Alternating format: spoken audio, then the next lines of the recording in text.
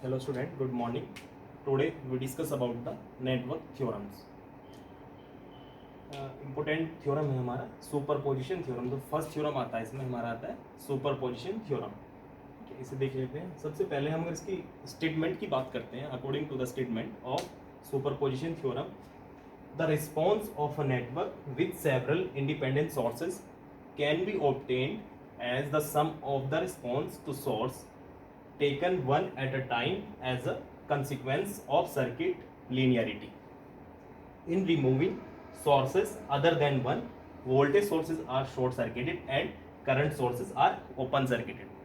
इसके बारे में समझ लेते हैं होता क्या सुपरपोजिशन, कैसे इसे हम अप्लाई करते हैं किसी भी सर्किट पे, किसी भी नेटवर्क सर्किट पे या किसी भी इलेक्ट्रिकल सर्किट पे। सबसे पहले अगर हमारे पास कोई भी नेटवर्क है, ठीक है, कोई भी नेटवर्क है हमारे पास जिसमें हमारे सेवरल रेजिस्टेंस लगे हैं,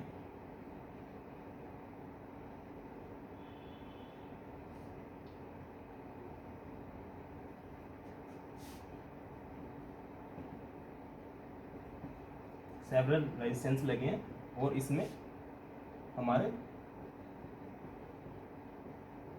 दो voltage source V1 and V2 को कनेक्ट किया गया है।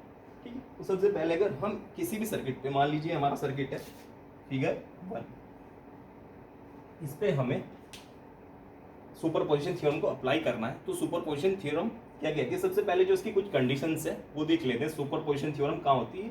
जो हमारा नेटवर्क है वो कैसा होना चाहिए? लीनियर नेटवर्क होना चाहिए। हमारा जो नेटवर्क है, जो हमारा इलेक्ट्रिकल नेटवर्क होगा, वो हमारा लीनियर नेटवर्क होना चाहिए, तभी हम किसी नेटवर्क पर सुपरपोजिशन थ्योरम को अप्लाई कर सकते हैं। सबसे पहले इसमें more than one source connect होंगे। मान लीजिए हमारा किसी भी सर्किट में दो या दो से अधिक, दो या दो से ज़्यादा अगर हमारे वोल्टेज सोर्स या करंट सोर्स कनेक्ट होते हैं, वो वोल्टेज सोर्स भी हो सकते हैं और करंट सोर्स भी हो सकते हैं। तो सबसे पहले हमें क्या करना है?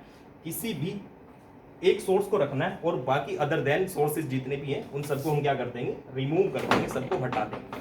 ठीक है, देन हम उस किसी भी ब्रांच में करंट का रिस्पॉन्स देख सकते हैं या किसी भी नोड पर हम वोल्टेज को कैलकुलेट कर सकते हैं। ठीक है, जैसे हमारे पास ये सर्किट है, इसमें हमारे पास क्या है? दो सोर्स है, V1 और V2। ठीक है, तो सबसे पहले हमें किसी भी एक सोर्स को हटाना होगा और किसी एक सोर्स से हम उस सर्किट का रिस्पॉन्स कैलकुलेट करेंगे। ठीक है, तो हमने यहाँ सबसे पहले क्या होता है, या आप V1 V2 किसी को भी एक सोर्स को पहले हटा सकते हैं। तो मान लीजिए अगर आपके पास इसमें क्या कंडीशन है अगर आपके पास वोल्टेज सोर्स है तो आप उसे क्या करोगे? शॉर्ट सर्किट करना पड़ेगा। वोल्टेज सोर्स को आपको क्या करना पड़ेगा?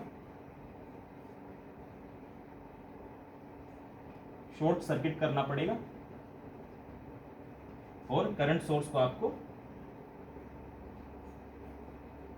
ओपन सर्किट करना पड़ेगा। अगर किसी भी नेटवर्क में वोल्टेज सोर्स या करंट सोर्स होता है तो जो वोल्टेज सोर्स होगा वो हमारा रिप्लेस होगा शॉर्ट सर्किट से, और जो हमारा करंट सोर्स होगा ओपन सर्किट से होगा।